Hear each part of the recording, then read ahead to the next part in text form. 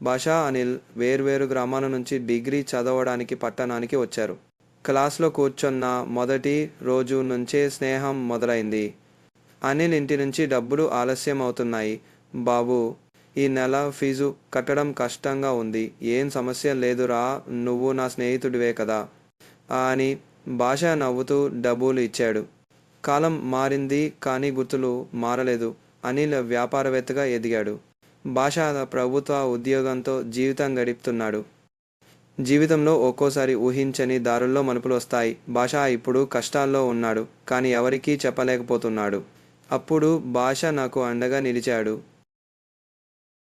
ఇప్పుడైతే నేను ఎందుకు అండగా ఉండకూడదు అనుకున్నాడు అనిల్. కాలం మారినా మనసు మారలేదు. స్నేహం అన్నది అవసరానికి గుర్తు చేసే కాదు, అవసరమైనప్పుడు పక్కన నిలబడే శక్తి. భాష ముఖంలో మళ్ళీ చిరునవ్వు. స్నేహం అంటే కలిసి నవ్వడం కాదు, కలిసి నిలబడడం. ఒకరు బాధలో ఉన్నప్పుడు మిగతా వారు గుర్తుంచుకోవడమే నిజమైన బంధం.